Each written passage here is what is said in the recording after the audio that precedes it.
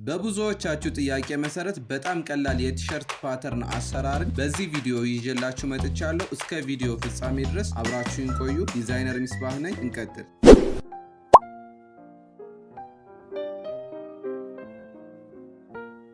እዚህ ጋር የምንሰራው ልብስ ስትሬች የሚያደርግ ከሆነ አንገቱን ስንሰራ ለፊቱ ክፍል የአንገት ዙሪያ ልኬታ ሲካፈል ለ5 አድርገን ምልክት እናደርጋለን ማለት ነው። ነገር ግን ስትሬች የማያደርግ ደረቅ ልብስ ከሆነ ደግሞ የትከሻ ልኬታ ሲካፈል ለ6 ሲደመር 1 ሴንቲሜትር በማድረግ ምልክት ማድረግ እንችላለን። እንዲሁም በተመሳሳይ የለካነውን የአንገት ዙሪያ ልኬታ ወደ ታች የአንገት ዙሪያ ልኬታ ሲካፈል ለ5 ሲደመር 1 ሴንቲሜትር በማድረግ ምልክት እናደርጋለን። ወይም ደግሞ ልብሱ ደረቅ ልብስ ከሆነ ደግሞ የትከሻ ልኬታ ሲካፈል ለ6 ሲደመር 1 ሴንቲሜትር እንዲሁም ይህንን የትከሻ ልኬታ ሲካፈል ለ6 ሲደመር 1 ሴንቲሜትር አድርገን ያመጣነውን ቁጥር ሲካፈል ለ2 በማድረግ ቅድም ከመጣልን ቁጥር ጋር እንደምረውና ምልክት እናደርገዋለን ማለት ነው። ይህም ለደረቅ ልብስ የሚሆን የአሰራር ዘዴ መጠቀም እንችላለን ማለት ነው። በዚህ መልኩ የከርቭ ላይናችንን እንሰራለን ማለት ነው። ከዚህ በመቀጠል የለካነውን የትከሻ ልኬታ ሲካፈል ለ2 በማድረግ የትከሻ መስመራችን ላይ ምልክት እናደርግና ከመጣልን የትከሻ ልኬታ ሲካፈል ለ2 አድርገን ከመጣልን ምልክት ጋር ወደ ታች 3 ሴንቲሜትር ወይም 3.5 ሴንቲሜትር እንወርድና ምልክት አድርገን ይህንን ምልክትም ከአንገት ክፍል ካደረግነው ምልክት ጋር በሰያፍ መስመር እናያይዘዋለን ማለት ነው።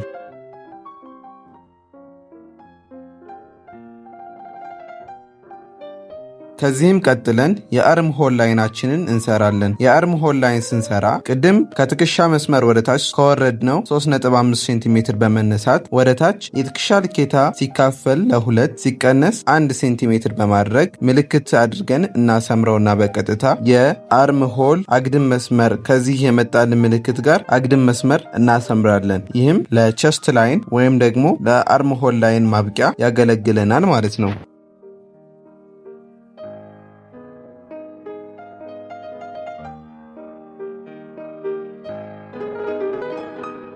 ከዚህም በመቀጠል የአርም ሆል ላይናችንን ለ2 በማካፈል ከመሃል አካፋዩ ላይ ወደ ውስጥ 1.5 ሴንቲሜትር በመግባት ምልክት እናደርግና ከትከሻ ልኬታ ሲካፈል ለ2 አድርገን ካመጣነው ቁጥር በመነሳት ወደ ታች 3 ሴንቲሜትር ከለካነው ወይም 3.5 ሴንቲሜትር ከለካነው ምልክት ጋር በሰያፍ መስመር እናያይዘውና ከአርም ሆል ላይናችን ከአግድሙ ከአርም ሆል ላይናችን ላይ በመሄድ የቸስትን ወይም የበስትን ልኬታ ሲካፈል ለ4 ሲደመር 2 ሴንቲሜትር ወይም 3 ወይም ደግሞ 1.5 ሴንቲሜትር በማድረግ ምልክት እናደርጋለን። ይህንን ምልክት ከአርም ሆል ላይናችን ላይ 1.5 ሴንቲሜትር ገብተን ካደረግነው ምልክት ጋር በከርቭ መስመር እናገናኘዋለን ማለት ነው። ከዚህም በመቀጠል ከታችኛው ከቲሸርቱ ክፍል መስመር ላይ በመሄድ የለካነውን የቸስት ወይም የደረት ልኬታ ሲካፈል 2 ሴንቲሜትር 3 ሴንቲሜትር ወይም ደግሞ 1.5 ሴንቲሜትር ለላይኛው ሰጥተን ከሆነ በተመሳሳይ ከታችኛው ክፍል ጋር እንለካና ምልክት አድርገን ይህንንም ምልክት ከቸስት ላይን ላይ ወይም ደግሞ ከአርም ሆል ማብቂያ መስመር ላይ ካደረግነው መስመር ጋር በቀጥታ መስመር እናያይዘዋለን ማለት ነው። በዚህም አሰራር በጣም ቀላልና ምቹ በሆነ መንገድ የቲሸርት መሰረታዊ አሰራርን መስራት እንችላለን። አሁን ደግሞ የኋለኛውን ክፍል እንዴት አድርገን እንደምንሰራ የምናየው ይሆናል።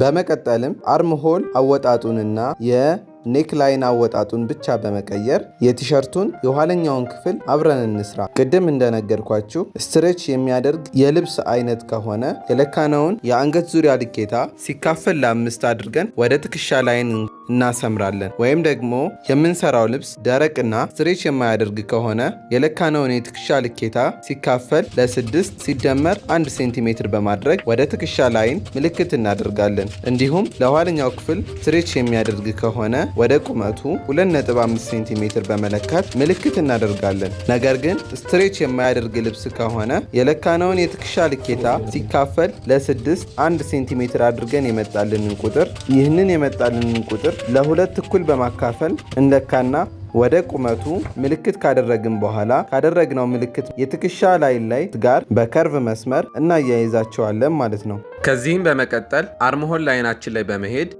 የአርምሆሉን ቁመት እኩል ለሁለት እናካፍልና ምልክት አድርገን ወደ ውስጥ 1 ሴንቲሜትር ብቻ ለኋለኛው ክፍል ምልክት ካደረግን በኋላ ቅድም ለፊቱ ክፍል እንደሰራ ነው ከርቭና ሰያፍ መስመሩን እንሰራለን።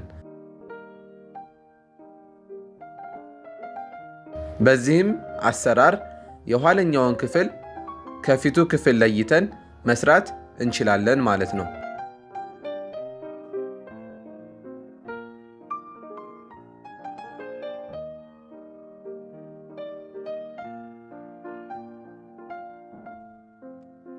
በመቀጠልም አጭር የእጅጌ ክፍል የምንሰራ ይሆናል።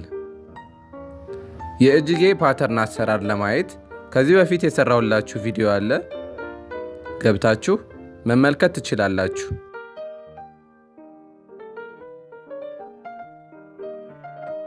ይህ ቪዲዮ ከጠቀማችሁ ደግሞ በሌላ ጊዜ እንደነዚህ አይነት ጠቃሚ ቪዲዮዎች ሲለቀቁ እንዲደርሳችሁ ቻናሌን ሰብስክራይብ እና ላይክ እንዲሁም ደግሞ አስተያየት ካላችሁ ኮሜንት ላይ መጻፍ ትችላላችሁ። በሌላ ቪዲዮ እስከምንገናኝ ድረስ መልካም ጊዜ ይሁንላችሁ።